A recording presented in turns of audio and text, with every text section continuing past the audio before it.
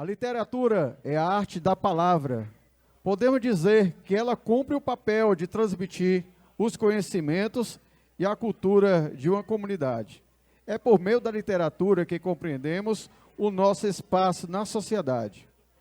Dentre os servidores da Secretaria da Fazenda do Ceará, temos vários escritores e alguns deles participam da exposição coletiva Expressão Fazendária, localizada aqui no espaço do Nono Conefaz, e com isso, o Sintaf busca reconhecer e divulgar as obras desses servidores e servidoras que encontraram na literatura uma forma de expressão verdadeira.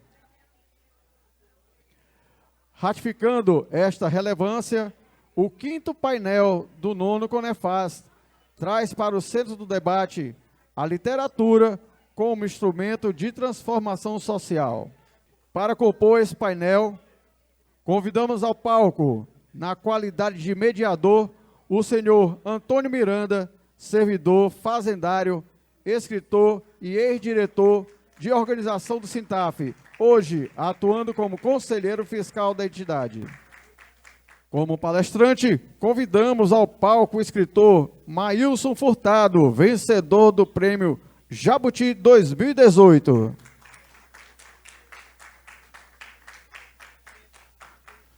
No papel de debatedor, convidamos o escritor e professor Renato Pessoa. Inicialmente, convidamos o fazendário e escritor Antônio Miranda a fazer a sua saudação inicial aos presentes. Boa tarde, boa tarde. Boa tarde, pessoal. Prazer em estar de novo com vocês, nesse momento, de forma diferente, né? Acostumado em participar dos congressos do sindicato, como sindicalista, na defesa da categoria, né? Brigando pelaquilo que a gente... Agora mesmo nós estamos no embate, né, Brasil? Lá em Brasília, tivemos uma boa notícia, né, a questão aí, bora ver se dá certo, né? A questão do teto do Supremo, né? Vamos ver se a coisa se concretiza na reforma tributária, né? E sempre que a gente luta por essas causas, é uma causa que, em princípio, é em defesa do fazendário, mas pode ter certeza que é em defesa da sociedade, tá? Essa categoria precisa ter esse tipo de conteúdo no serviço público para que a sociedade possa beneficiar-se do nosso trabalho. Mas vamos sair do sindicalista, vamos passar para o escritor, tá? E os dois companheiros que estão aqui são escritores, tá? Renato Pessoa, um poeta de muito fôlego, eu diria porque conheço, e Fortaleza vive um momento, eu acho que é o Brasil. Eu sempre cito uma frase do escritor, foi Nobel, eu me lembro sempre dele porque ele ganhou o Nobel em 56, o ano que eu nasci. O Juan Ramón Jiménez. Tem uma frase que diz que a literatura é a arte da imensa minoria, da imensa maioria. Tá? Da imensa minoria, minto. É a arte da imensa minoria. Então, a literatura, quando se pensa assim nela, ela é uma coisa que parece que é de poucas pessoas, né? Mas só que há profundas transformações sociais através da literatura, que as pessoas nem sentem que ela está presente em todo que é canto e modifica o mundo. Tá? O nosso debate, ele traz essa nomenclatura da importância dessa transformação social através da literatura. Aqui em Fortaleza, eu canso de ver a Ritinha, cadê a Ritinha? Está aqui, e a Sofia. A gente participa muito de debate, você vai para um canto, lá nos aposentados da Marta, tem lançamento de livro, tem debate, tem sarau de literatura, e o Renato é um professor, filósofo, que ele participa de muitos grupos, como o Maílson, que tem lá em Vajota, tem um evento que é anual e que ele tem um local que discute literatura com a comunidade. E parece que não, mas o que está acontecendo de movimentos sociais dentro da literatura, eu conheço o Ceará a gente conhece, pelos eventos que a gente vai, a gente vê como é bacana esse debate sobre literatura, sobre contos, sobre romance, sobre poesia, sobre o cordel, e a literatura está muito fluente, está muito rica. Tá? E a gente, esse espaço aqui, é para nós conversarmos sobre isso. Olha, eu tenho esse folheto aqui, ele é do Conefaz, do nosso evento nacional, de eventos como esse, do Congresso dos Fazendários do Brasil todo. E do último que teve, tem esse folheto aqui, olha o que diz. Destaca, Prêmio Cervantes. Os fazendários dão esse prêmio Cervantes para quem se destaca em nível nacional, não é isso, meu amigo Liduíno? E eu vou ler 2 frases aqui desse folheto, esse foi em 2019. Então, como a literatura, o fazendário tem dado importância assim. Eu dizia para conversando com o Charles, o Francelino está por aqui não, tá? Que é o atual presidente da federação. Tá não. Pois eu conversava com o Charles uma vez, com o Francelino, sobre esse tipo de evento existir nos nossos congressos. Porque essa discussão não é coisa de escritor, é uma coisa que, afinal de contas, escritor podem nem ter tantos, mas leitores, tem muita gente que gosta de ler. Tá? Eu sou muito mais leitor do que eu sou escritor, não sei se eu sou. Leitor, eu sei que eu sou, eu tenho certeza. Tá? E a importância fundamental da literatura num contexto geral. Então, esse aqui, ó, o Prêmio Miguel de Cervantes, no folheto da Finafis, diz assim, cada um é filho das suas obras. Miguel de Cervantes, né? E aqui esse, a riqueza não se mede pelos bens que se possui, mas sim pelo bem que se faz. Isso é o Miguel de Cervantes, deve ser do livro tirado do Dom Quixote. Tá?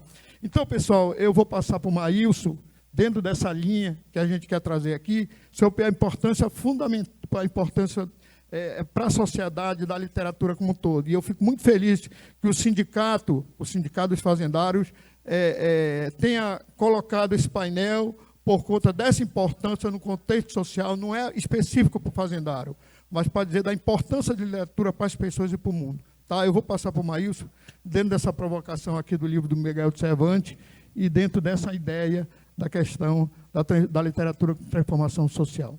Valeu, Maílson. Senhor Antônio Miranda, só uma parênteses aqui, que quero passar a todos vocês os livros que o nosso amigo Antônio Miranda também já fez. Ponto Cego, o conto de 2015, isso. Exuberância, poesia, em 2016. Infinitas Pontes, conto de 2017. O Derradeiro Fôlego do Tempo, um romance de 2019. E Uma Longa Caminhada, um conto de 2022. Boa tarde, uma alegria estar aqui, neste evento aqui, a Conefaz, nesse evento que reúne profissionais, principalmente da Secretaria da Fazenda, né, organizado aqui pelo sindicato, o Sintaf, que é esse evento que o Miranda trouxe, que a gente realiza em Varjota, né, já é o 2º ano que a gente tem um apoio do Sintaf, né, eu fico muito grato por esse olhar, né, dessa instituição, da própria Secretaria da Fazenda em si, vocês enquanto fazendários, profissionais desse campo, trazerem essa vista para a questão da literatura das artes. Né? E muito feliz de estar aqui nessa mesa com 2 amigos de luta, querido Miranda, querido Renato, que fazem trabalhos aqui incríveis, então, para além de admirador do trabalho dos 2 enquanto literatos, escritores, né, se tornaram amigos de vida mesmo, né, e muito feliz de estar aqui partilhando este momento aqui, nesse evento, né, já consolidado, cristalizado, já no calendário aqui da instituição e do nosso estado, e que abre esse espaço, né, como falei, para tantos campos, né, principalmente artísticos, né, vi a mesa anterior do professor Gustavo, trazendo a filosofia como mote delineado a fala dele, vi acompanhando por registros das mídias sociais, vi que ontem aconteceu aqui na abertura o Maracatu, né, e agora estamos trazendo aqui também a literatura para esse momento. Então, eu sou Maílson, certo? Sou cearense, lá de uma cidade, embora tenha nascido em Cariré, minha vida inteira é na cidade de Varjota, né? Desde o meu primeiro dia de vida já mesmo, certo? Só fiz nascer na maternidade e já vim para Varjota, desde sempre, né? Então, toda a minha vida é nessa cidade de Varjota, lá na Zona Norte, uma cidade pequenininha, muito jovem na questão política, né? Tem 38 anos de emancipação política, eu brinco que ela podia ser minha irmã, né? Tem idade para ser minha irmã. E é nesse lugar onde cresci e vivo e sigo acreditando, né? Moro lá até hoje, né? Com o meu trabalho com arte, principalmente com arte, teatro e literatura. E também tenho uma ocupação, tenho uma graduação, tenho uma formação e tenho uma atuação também na área da saúde como dentista, como odontólogo, né? Já há quase uma década, né? Enfim, né? Então, e esse nosso momento aqui, essa mesa, esse painel, traz esse debate sobre a questão como temática, a literatura como esse instrumento de transformação social, né? Pensando como a leitura, a escrita, né, podem construir um tanto mais desse mundo, né? Então, pensando sobre isso, ao longo desses dias, desde que a temática foi fechada aqui para o evento, que o convite foi feito, me veio o mote de trazer e pensar essa questão da transformação, já que podem ir por alguns caminhos, e dentre elas, eu resolvi meio que escolher a literatura, essa transformação, a partir do que a literatura é capaz de produzir a partir do seu poder criador, né? A literatura com seu poder criador, né? Então, estava falando ali anteriormente, junto com a Patrícia, e é uma fala que eu sempre falo também em alguns espaços que tenho, que a literatura, as artes em si, foram os meus primeiros olhos para o mundo, certo? Encontrei o mundo a partir, né, dessa literatura, dessa leitura, principalmente a partir do teatro e da literatura, né? Porque foi a partir desse exercício que comecei a enxergar o mundo, ter a noção, ter a consciência de um mundo a partir de um olhar próprio, né? Então foram esses meus primeiros olhos para o mundo, né? De entender o mundo, de sentir que eu podia ter uma voz, né? De sentir que eu podia dizer determinada coisa, né? Então a literatura surge para mim dentro dessa perspectiva, né? Então, entendendo a literatura com esse seu poder criador, venham provocar aqui essa questão de começando esse debate, debatendo a função de quem produz essa criação, que no caso é esse escritor. Eu vou chamar aqui poeta, no sentido mais amplo, né? Esse poeta, essa pessoa, esse indivíduo que produz não apenas a poesia nesse sentido mais clichê que a gente usa de ser um trabalho em verso, mas no sentido mais amplo da coisa, né? Então, no sentido mais de artista, né? Então, a função social do poeta, né? Qual é essa função social do poeta, né? Para a gente iniciar esse debate, né? Poeta é aquele, enfim, essa função social é aquele que produz poesia, né? E socialmente a gente usa esse termo poesia de uma forma um pouco mais ampla para esse termo como um texto em verso, né? Como simplesmente aquele que produz um texto em verso, né? Que produz o poema. Mas, enfim, tento trazer esse sentido da poesia no sentido mais amplo, pelo menos em duas camadas de compreensão, né? Poesia eu trago como uma inerência humana, né? Uma necessidade humana, né? de existência. Para exemplificar isso, eu gosto muito de trazer uma imagem que a Adélia Prado usou numa fala dela, né?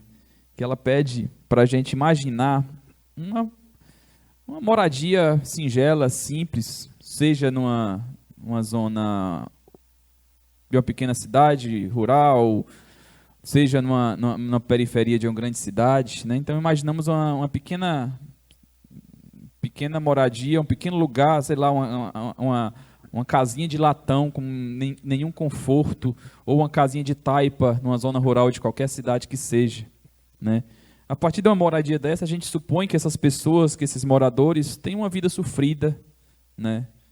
São marginalizados socialmente e tal, e vivem ali, né? Acreditando na vida, seguindo a vida.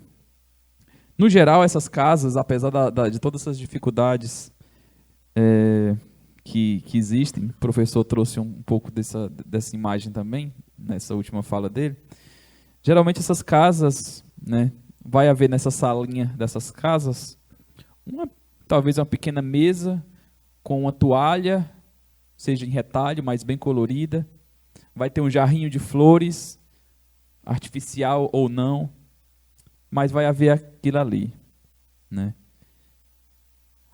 O mero cuidado de aquela pessoa, daquele indivíduo, colocar aquela toalha, colocar aquela cor, colocar aquelas flores ali naquele ambiente, é o que eu considero, o que eu chamo de poesia, né? E é essa necessidade dessa pessoa também, mesmo que às vezes de forma inconsciente, de dizer para o mundo e para si mesma eu não sou só isso que querem que eu seja, né? Eu sou muito mais que isso que querem que eu seja, né? A gente pode pegar isso com outro exemplo muito claro aqui para a gente, que é do Ceará, que é do Nordeste em si, de todo o Brasil, se a gente for pensar, vários exemplos disso.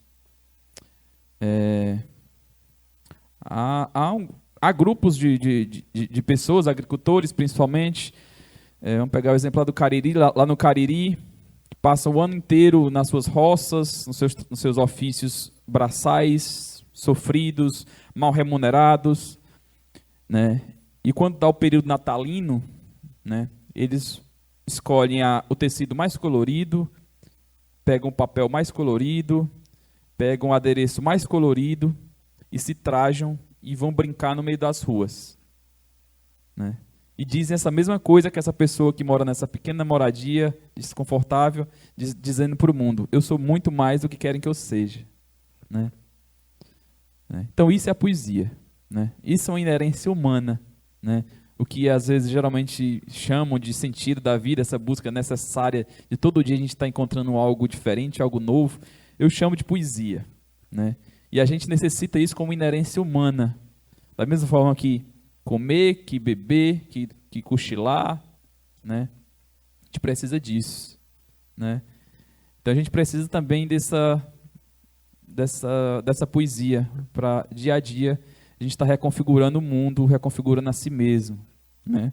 Aí vem uma provocação: se essa poesia é uma inerência humana, eu preciso consumir ela de certa forma, não é? Da mesma forma, quando eu estou com fome, eu sei que eu preciso me alimentar de alguma coisa. Quando eu estou com sede, como a inerência humana, eu preciso tomar alguma coisa, né? E se a poesia é uma inerência humana, eu preciso ter buscar ela de alguma forma, né? E às vezes essa inerência humana não está de forma tão palpável para a gente, né? E eu preciso dela, às vezes, para me encontrar esse sentido. E quando eu não encontro de uma forma um tanto mais palpável, e às vezes a palavra não seria gratuita, mais espontânea, como é que eu busco essa poesia, né? Eu diria que através da arte, né? Então, uma das definições que encontrei para a arte, né, para a poesia, né, a arte seria esse destilar de poesia à vida, né? A arte é esse exercício de destilar poesia à vida. Qualquer obra artística tem que ter poesia, tem que dizer para além dela, né? A gente nunca passa por uma obra artística e sai dela mesma da forma que entrou, né? É sempre para além disso, né? Então a forma da gente consumir, da gente buscar esse fartar-se necessidade que a gente tem de poesia é a arte, nas suas várias frentes. E dentre elas está, inclusive, a literatura e a poesia tão dita como a gente a diz enquanto uma obra artística, né? Então a poesia está dentro de todos esses campos, né? Dessas possibilidades, né? Enfim, e se a gente for pensar esse feitor de poesia, esse feitor esse cara que busca, essa personagem que busca, esse indivíduo que busca essa poesia, né? Ele tem essa função social muito, muito particular, né? Eu brinco muito, né? Digo que talvez a principal função do poeta, um poeta no sentido mais amplo da coisa, de ser esse encrenqueiro com o mundo. Esse encrenqueiro mesmo, de ver que aquela coisa está ajeitada, ele vai ali bagunçar, a coisa está ali ajeitada, a coisa está bagunçada, ele vai lá ajeitar, mas nunca deixa a coisa do jeito que estava. E o mundo com esse indivíduo, o mundo com poesia não tem direito a ficar velho. Não tem direito a ficar velho, não pode ficar velho, né? Então essa necessidade inerente dessa poesia, da gente estar sempre inaugurando coisas, né? Ou vendo as coisas já vistas, como traz um verso do nosso amigo em comum, Décio Brauna, um poeta aqui cearense também, diz que poesia é esse exercício de ver coisas vistas como se vistas pela primeira vez, né? Então, nós que somos cearenses aqui, principalmente de Fortaleza, ou cearenses mais praianos, vez ou outra estamos no mar, vendo o mar. Então, passamos a vida indo no mar. Certo dia a gente vai ver o mar de outra forma, né? E às vezes é o mesmo mar, né? Mas enfim, o mundo está novo a partir daquele momento, né? Por conta dessa poesia, por conta desse encontro, né? Então a poesia, com essa questão da criação, dessa possibilidade de criação, né, ela nos dá, a partir desse exercício constante, uma possibilidade dessa conscientização e quebrar aquela coisa que a gente às vezes debate, que às vezes a gente até traz com um certo clichê, né, de a leitura ser esse exercício de combater a alienação, né? A gente repete isso muitas vezes, mas é isto, né? Porque a gente começa a ter essas vistas novas, necessidade de estar sempre vendo o mundo pela primeira vez e vendo o mundo, né, com esse olhar pueril, com esse olhar de criança, né? E está sempre imaginando coisas para além daquelas, né? Vez ou outra eu ministro algumas oficinas, né, e vez ou outra trago essas imagens, né, de um objeto desse aqui, um objeto desse aí que a gente usa para sentar, a gente apresenta esse objeto para uma criança, né? A última coisa que ela vai pensar é que ela é esse objeto já colonizado da nossa mente, que é um objeto para sentar, né? Ela imagina tudo, várias possibilidades, né? É uma escada, é uma casinha, é um abrigo, é um carrinho, né? Olha, um monte de coisas, né, que a gente pode encontrar com esse olhar de criança, né? E a gente, ao longo da nossa vida, vai sendo colonizado, né, a perder essas vistas, né? A gente tem um olhar muito domesticado, muito colonizado, né, para ter essas vistas, né? Então esse exercício constante é fundamental para todos nós, né? Tá sempre se reconfigurando, se reinventando, né? E criando. E a partir disso a gente tá sempre criando, encontrando essa própria voz, né? Vou trazer aqui uma experiência minha desse encontro, dessa, de certa forma, criação, mas pegando por um sentido da territorialidade, o quanto a poesia, o quanto a literatura me deu essas vistas para entender o quanto eu podia ver para além daquilo. Eu moro nessa pequena cidade do interior, do sertão, lá na Zona Norte, cidade pequena, com história muito particular em relação do entorno, porque é uma cidade formada por migrantes na década de 60, por conta da construção de uma barragem, né? Então vem gente de todos os lugares do estado, de fora do estado, e a partir daquilo ali fizeram a barragem, e grande parte daqueles trabalhadores ficaram ali, inclusive parte da minha família, né? E a partir de toda essa migração e toda essa história, jovem, ser muito recente isso, né? Esse acontecimento é da década de 60, né? Não havia na minha adolescência, na minha juventude, qualquer texto que eu pudesse ler sobre Varjota, né? E foi naquele momento que eu encontrei a leitura, encontrei as artes, encontrei esse meu querer olhar para o mundo. E eu, naquele momento, queria ler sobre Varjota, né? Queria ler sobre aquilo. E sobre aquele lugar, sobre aquela experiência. E enfim, não tinha. E as coisas próximas que tinham, as experiências que tinham, e tem ainda hoje, né, traziam, isso já passado já 15, quase 20 anos disso, eram obras, trabalhos que martelavam essa coisa que a gente ainda hoje replica, mas já debate, que é essa estereotipação de Nordeste, né? Principalmente a gente que mora no interior, numa pequena cidade, né, de trazer aquelas personagens fixas, clichês, a cor única, né, as vivências únicas. E eu nasço, né, e convivo e vou entender esse mundo junto nesse primeiro momento, já numa pequena cidade do interior do Brasil, já mergulhada num momento já de internet, né? De internet, com a vivência, embora pequena, mais urbana, né?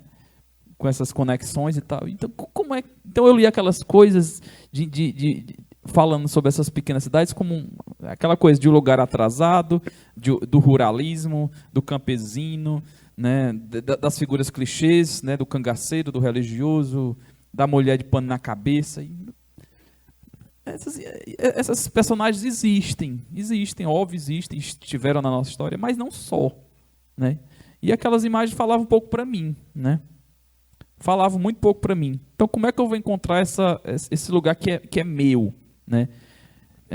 E eu digo que eu encontrei, meu primeiro provocar de poema aconteceu em encontrar desse sertão que eu precisava encontrar e sentia que era um tanto meu, com um poeta que eu acho que nunca nem pisou no Nordeste, né? Que foi o Paulo Leminski. Então eu digo que eu encontrei aquele sertão que eu tinha, aquele sertão moderno, aquele sertão juvenil, aquele sertão adolescente, aquele sertão cantado, em alguns poemas do Paulo Leminski, né? Encontrei e a partir daquele momento li aquilo. Eita, esse é o lugar que eu queria ler, né? Essa era a Varjota que eu queria ler, e essa é uma possibilidade que eu tenho de escrever esse meu lugar a partir disso aqui também, né? Claro, pegando o Leminski e vindo outras coisas que alicerçam essa nossa ancestralidade, né? Também, né? Mas daí essa construção, né? Desse ver, né? Dessa oportunidade de reenxergar o mundo a partir disso e reescrever, né? Um tanto desse lugar, não negando, obviamente, todas essas questões, essas simbologias, essas imagens que a gente tem, que constroem o nosso ser, principalmente cearense, né? Mas somando, né? Somando. Se a gente for pensar essas imagens, todas que eu citei antes, todas nascem no começo do século XX, né? Já passaram 100 anos disso, né? 100 anos disso, né? E muita coisa legal acontece até hoje, e a gente não parou só naqueles símbolos, não, né? A gente vai se construindo e vai se contando. Então, que somemos novas simbologias que nos digam, que nos abracem, né? E para fechar um tantinho dessa minha fala, e trazer até um exemplo sobre essa questão da importância dessa criação na territorialidade, né? E o quanto a arte é marcante e importante quanto a isso, né? Mas o mais interessante sobre essa questão de territorialidade, criação de territórios, acontece no outro texto, e é o mais famoso dele, né? Falando também de um lugar, mas de um lugar que, de certa forma, não existe, ou existe, né? Que é Passágada, né? E a potência da criação de uma da literatura, da poesia, dentro disso, né?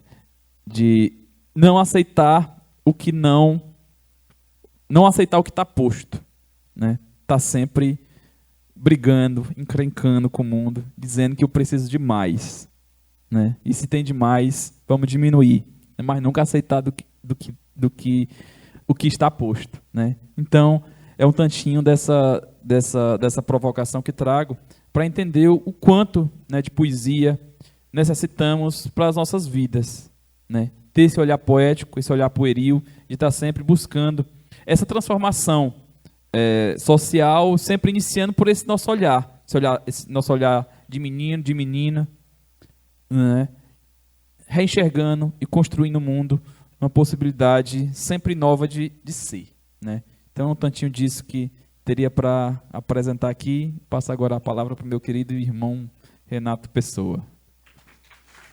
Agradecemos ao escritor Mailson Furtado por compartilhar a sua história tão rica e inspiradora. Na sequência, convidamos o escritor Renato Pessoa, é crítico literário, ativista cultural, palestrante e professor de filosofia.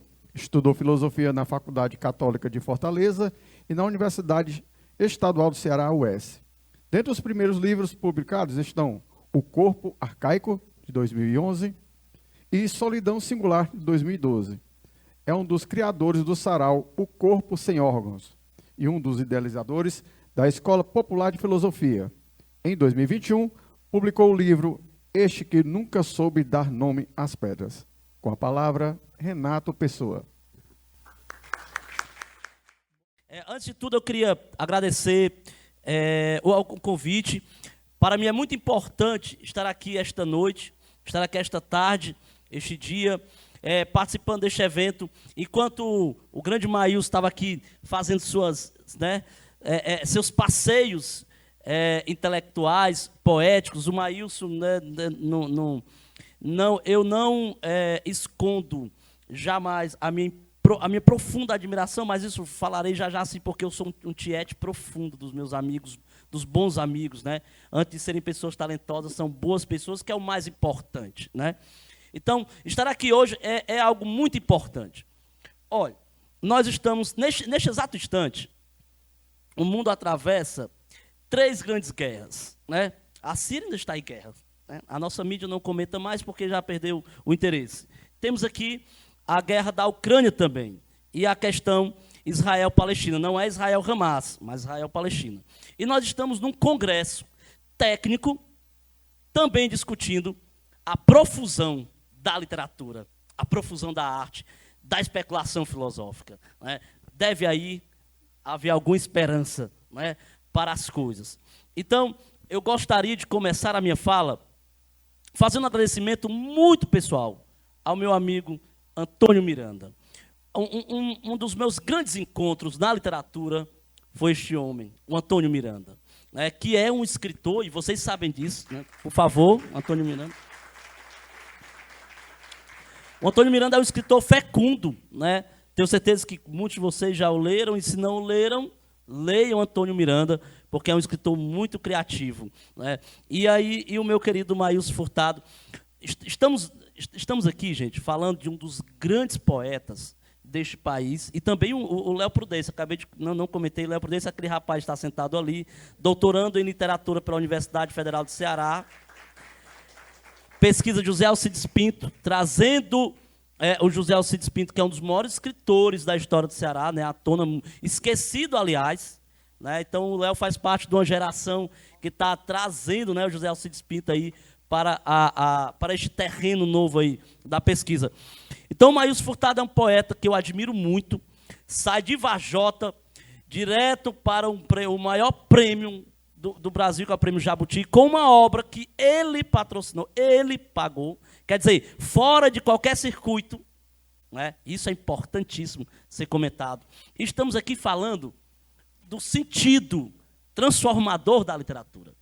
E nas duas falas, na fala que nos precedeu e na fala aqui do meu amigo Maílson, comentou-se a questão muito própria do interior, e eu queria dar um testemunho também. Se me perguntassem, sempre me perguntam, e se eu pudesse responder Já respondi de diversas formas esta questão. Mas se eu puder dizer assim, qual foi o meu primeiro contato com a literatura? Ou seja, a primeira vez em que eu enxerguei o mundo para além dos limites da visão, para além dos limites geográficos. Eu posso dizer concretamente que foi com a garrafa de café da minha avó, que faleceu, infelizmente, ano passado. Quem é do interior do estado de Ceará, não sei como é nos outros estados, mas certamente todo o interior é universal, né? A minha avó é de um interiorzinho muito pequenininho chamado Aranaú. Fica na região do Acaraú, né? E aí, todos os dias, religiosamente, ela fazia 2 garrafas de café. E ela morava... eu tive o privilégio de morar em frente a um porto.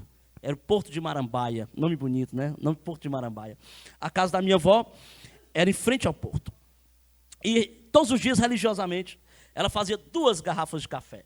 Uma para dentro de casa, para eles, e uma para a janela, para quem passasse com um canequinho de azeia. Não sei se você sabe o que é o canequinho de azeia. Ou seja, quem passasse ali, tinha aquele café de manhã e à noite. Porque à noite, depois do jantar, era a hora da prosa. Isso eu lembro muito bem, afetivamente, né? E está aí a literatura, né? O meu primeiro contato com a literatura não foi exatamente com os poetas, com os romancistas, com o mundo escolar, acadêmico. Foi com aquele exemplo de minha avó e aquela garrafa de café. E aquela prosa coletiva, né? Eu sou um menino criado na cidade, nas periferias. Eu tinha uma raiva profunda, porque eu não podia assistir o meu desenho animado, porque na casa de minha avó era um entra e sai de muita gente. E na hora do jantar, a minha avó não fazia comida para mim e para ela, mas para a comunidade. Quem quisesse, era uma casa, uma família pobre, porém tinha alimento. Meu avô era agricultor e pescador. Quer dizer, esse senso de coletividade, esta ação coletiva, foi o meu primeiro contato com a literatura. E eu quero começar por aqui, né? Qual é o sentido da literatura, né? O que quer dizer literatura? Num evento como este, em que discutimos aqui questões técnicas importantíssimas para o país, o que significa trazer uma reflexão acerca do sentido da literatura, e, portanto, do sentido da arte, e, portanto, por extensão, do sentido humano. Não se pode falar em literatura sem antes falar do humano, e, sobretudo, do humano que fala.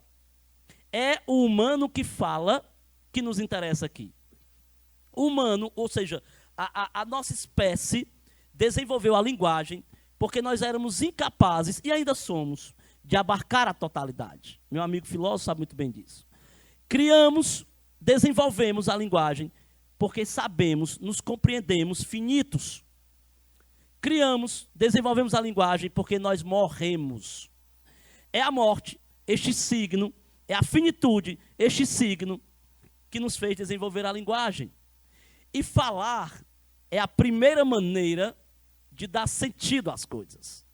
Ora, em todas as tradições antigas, religiosas, Deus aparece como fala. Na nossa tradição não é a mesma coisa, né? Primeiro foi o quê? O verbo. E o verbo se faz carne. Quer dizer, é a palavra, Deus é o quê? Em última instância, uma palavra que se carnaliza. Este é o sentido da literatura. Uma palavra que se carnaliza, né? Ou seja, é a partir da construção e do sentido da linguagem que nós podemos falar em ser humano. Né? Eu acho interessante, eu sempre comento isso nas palestras, nas entrevistas, que no mundo contemporâneo, na literatura contemporânea, os escritores adoram dizer o seguinte, perguntam para eles, por que você escreve? E eles dizem de uma forma muito narcísica, escrevo para mim mesmo, né? Escrevo para mim mesmo, não estou interessado no leitor, né? O que é uma grande ficção, uma grande mentira, né? Ninguém escreve para si mesmo, nenhuma arte é para si mesmo, porque a escrita, por ser palavra, ela é, antes de tudo, alteridade. Ela pressupõe o outro. Falar pressupõe o outro. Escrever pressupõe o outro. Pintar, fazer romances, fazer música, é sempre o outro como horizonte e que me atravessa e que eu sou, e isto é que torna possível qualquer arte. Ora, por que estamos aqui hoje? Porque o outro existe. Porque existe um país. Porque existem multiplicidades aqui, né, neste simpósio. E aí, porque o outro existe, eu também existo. Um filósofo, meu amigo filósofo sabe aí muito melhor do que todos nós, um filósofo francês, interessantíssimo, chamado Jean-Paul Sartre, né, com a sua filosofia existencialista, e dizia o seguinte: é o outro que, de algum modo, me organiza no mundo, e eu só me organizo no mundo também porque o outro há, né, que é um princípio que ele pega lá da fenomenologia. E é isto que eu queria falar hoje. Ora, por que nós escrevemos? Por que o Maílson sai lá de Vajota e pergunta: por que ninguém escreveu até agora sobre o meu lugar? Vou escrever sobre o meu lugar. Ou, por que sempre que aparece o Nordeste, aparecem estas figuras caricatas, não que elas não existam e não sejam importantes, mas é só isso. E de que lugar eu estou falando? Então nós escrevemos para dizer que eu existo no mundo, que existir no mundo pressupõe o outro, e que isto é, portanto, um sentido. E que isto é, portanto, a construção de sentido. Para mim, a literatura ela tem duas grandes funções. Primeiro, a denúncia. Todo escritor denuncia. Ele denuncia um campo social, ele denuncia uma opressão, ele denuncia uma omissão, ele denuncia uma questão existencial, um amor partido, uma solidão, mas ele denuncia. A literatura, a história da literatura é a história da denúncia. Mas, além de denunciar, ele também busca o sentido. Ele denuncia, portanto, para buscar um sentido. Por que nós lemos arte? Por que nós vemos arte? Lemos literatura. Por que nós escrevemos? Para buscar o sentido. Há três grandes instâncias de construção e busca de sentido da condição humana. Nós temos a religião, no seu sentido, né, primário, no seu sentido profundo, que é esta religação, este religare do sujeito com o transcendente, que alguns, ou seja, uns chamam de Deus, outros chamam, enfim, mas é desta ligação, primeira a religião, o segundo a arte e o terceiro a ciência, né? E a filosofia reflete sobre todos eles, né? Então, a arte é uma busca de sentido, né? E é através da arte e, portanto, da literatura, que é o nosso campo específico aqui, que a gente compreende melhor o humano, né? Ora, imagine, nós estamos num momento extremamente técnico. Quais são as grandes características da contemporaneidade? A tecnicidade, né? Uma subjetividade construída pelo neoliberalismo, né? A ascensão da ideia, a predominância da ideia de que tudo pode ser consumido, comprado, portanto descartado, que a gente chama de ética pós-moderna, né? Qual é o sentido de escrever hoje diante disso? Qual é o sentido da arte diante disso? Escrever, meu amigo Maílson sabe, meu amigo Miranda sabe, neste cenário de tecnicidades, nesse cenário tecnicista, nesse cenário extremamente ligado ao consumo e ao descartável, escrever é resgatar o humano. Escrevemos para resgatar aquilo que há de mais humano. Ou seja, a literatura é profundamente inútil, assim como a arte é profundamente inútil. Mas inútil em que sentido? Ela é inútil porque ela é profundamente necessária. Ela é inútil porque ela não é capturada, apreendida, reduzida à lógica do cálculo, assim como a vida, né? O capitalismo tenta reduzir a vida à lógica do cálculo. Todos nós sabemos disso aqui. Ou não sabemos. Ou o mais importante na nossa sociedade não é a aparência. Ou o mais importante não é o ter. Num clichê, né, profundo, num clichê aqui que todo mundo conhece, mas é preciso falar. Ou o mais importante aqui não é a imagem. Nós estamos na era da imagem, né? E aí eu sempre acho que eu adoro o Instagram e como todo vou me caracterizar aqui como um jovem, né? Eu sou escritor, eu posso mentir à vontade. Então eu sou um jovem desta geração, que eu adoro o Instagram, adoro, já postei uns 4 stories aqui, tirei foto com eles, mas reparando bem, não é patológico uma pessoa que posta 5 selfies? Para quê? Para quem? Não é patológico esse nosso apego estrutural à imagem? No entanto, quem aqui não se compreende hoje deste modo? No entanto, quem aqui não é atravessado por esta lógica? Mas a vida não é isto. A vida não é a lógica da imagem dentro da captura do capitalismo. Portanto, a arte também não é, meu amigo filósofo. A arte é, de fato, a subversão, a denúncia desse Estado e a subversão disso tudo. A vajota do Maílson é aquela vajota geográfica que está lá, mas é para além dela. Né? A Heriotaba do meu amigo Miranda, que também é de Heriotaba, Miranda pertence a 3 estados, basicamente. Né? Há 2 fundamentais, ao 3º estado, que é o delírio da literatura, né? A ficção. Né?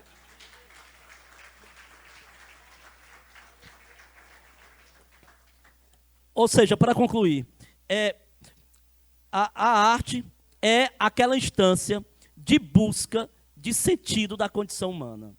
Só podemos falar em arte e, portanto, literatura como procura pelo que é o humano. E o humano é, meu amigo Léo Prudêncio, linguagem. E linguagem é, antes de tudo, pressupor que o outro existe. Muito obrigado. Pessoal, eu vou citar uma que é também um clichê, que todo mundo cita, mas eu vou citar. É a frase, é o texto que tudo que ele fala eu acho que é poesia, né? Às vezes ele falando uma frase é poesia, é o Ferreira Goulart que diz que a arte existe porque a vista não basta, né? Então, a vista não basta. Interessante essas questões que se fala e que a gente se questiona muito, se critica muito, a gente fica pensando. O Renato, a crítica que ele faz é para ele também. Ele adora bater foto, adora, sabe, essas coisas que ele critica, mas ele critica. E é interessante essa crítica que ele faz. Exatamente, eu sou igual às outras pessoas, e às vezes eu faço coisas que eu não queria fazer, mas eu faço, porque, afinal de contas, eu ando com a minha esposa, ela gosta de coisas, e eu faço com ela. Né? Então, a vida é esse conjunto, e a vida tem que ser de autocrítica. O Renato falou uma coisa aqui, eu até depois vou querer que o tempo tiver, eu quero leituras, eu vou pedir como mediador, leitura do Maílson e leitura do meu amigo, que às vezes eu vejo o determinado escritor vai e fala, e depois, o que esse cara escreveu? Eu não sei, não, vou procurar saber tal. E eu digo, rapaz, sempre que um poeta está num local como esse, ele tem que declamar uma poesia. É mais do que normal. Então, eu queria que o Renato e o Maílson, né, depois declamassem uma poesia deles. Tá? O Renato é um poeta muito profundo, sabe? Muito. O Maílson, quem não leu, ele depois daqui, eles estão com os livros deles para vender aqui. O último livro do Maílson, chegou agora de São Paulo, foi fazer divulgação do livro dele numa biblioteca lá em São Paulo, em eventos, é Esquina. O livro que ele ganhou o Jabuti foi com A Cidade. Pessoal, é extremamente marcante, ele já tinha falado, e eu vou falar também sobre essa marca que o Maílson deixou. Foi o Jabuti 60, como é o nome? Ele ganhou o 60, Jabuti. E ele ganhou 2 prêmios. Ele ganhou o melhor livro de poesia e o melhor livro do ano. Tá? E outra coisa, ele ganhou com um livro de poesia, uma única poesia. É uma poesia só. Tá? Ele fez o livro, a arte do livro, ele editou, ele escreveu sozinho e fez o livro. Tá? Sem nenhuma editora famosa. E foi concorrer com Chico Buarque, que eu adoro, concorreu com o Chico Buarque da Companhia das Letras e ganhou. Tá? Então, pessoal, Então, é interessante vocês lerem o livro como ele trata a cidade dele, com uma bela poesia. Depois daí ele já publicou outros livros, de lá para cá já foi mais 4, né, Maílson? E eu queria... O Renato tem uns livros fortíssimos de poesia. Eu lendo as poesias do Renato, eu dizia assim, esse cara é pessimista, esse cara é um chato, mas adora uma cerveja, num bar, é uma maravilha de pessoa, sabe? Tem nada a ver com a poesia dele, mas a poesia dele é muito forte em termos de... É poesia filosófica, acho que mexe muito com o sentimento, com essa crítica de denúncia que ele faz na poesia dele. Porque, pessoal, livros tem de todo jeito. Eu não gosto, às vezes eu vou relatar um fato aqui, né, de você fazer... Eu tenho muito medo de falar dos outros. Por exemplo, vocês que gostam do autoajuda, eu não gosto. Mas quem gosta, pessoal, gosta, vale a pena. Por que eu estou dizendo isso?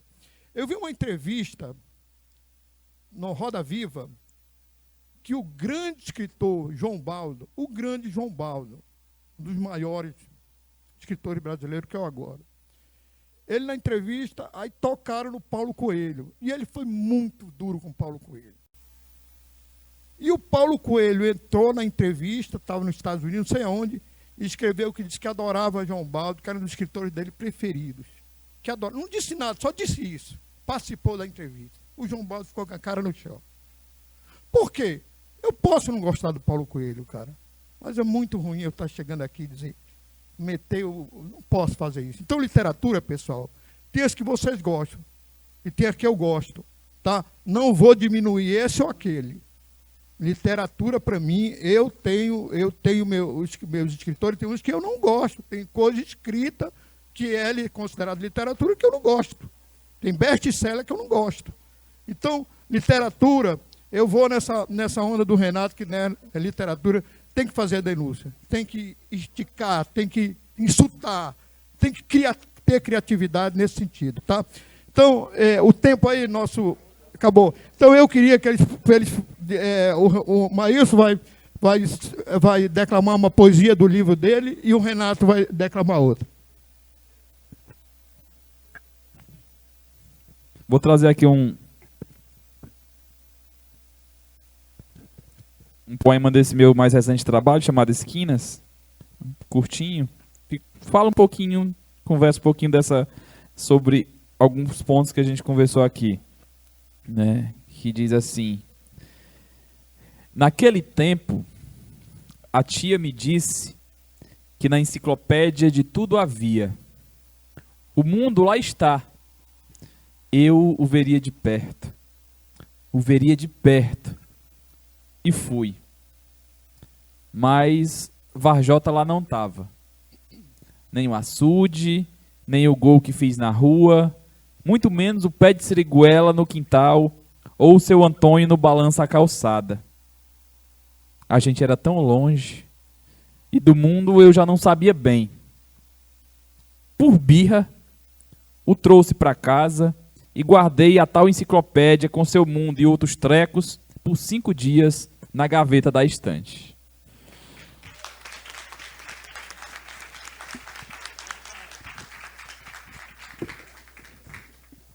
É muito bom ouvir um poeta, né?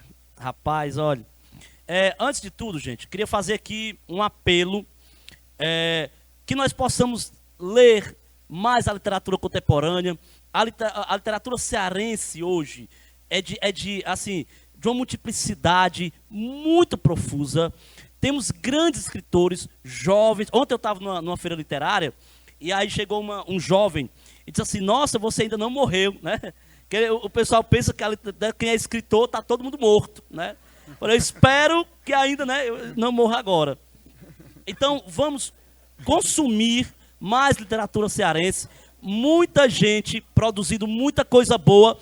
E o mais interessante, isto é político, que quem está determinando a literatura cearense hoje, contemporânea, além, claro, dos autores, são as autoras femininas, né?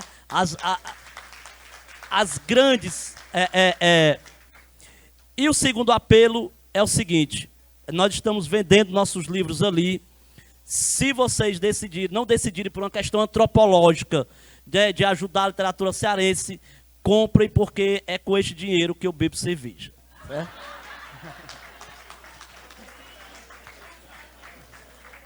O nome do meu poema chama-se Contemporâneo. E este poema ele foi todo costurado numa circunstância de 2019. Né? Este livro ele é um livro profundamente desencantado, um tanto triste, mas não é um niilismo existencial, é uma questão mais social. Então ele chama-se Contemporâneo.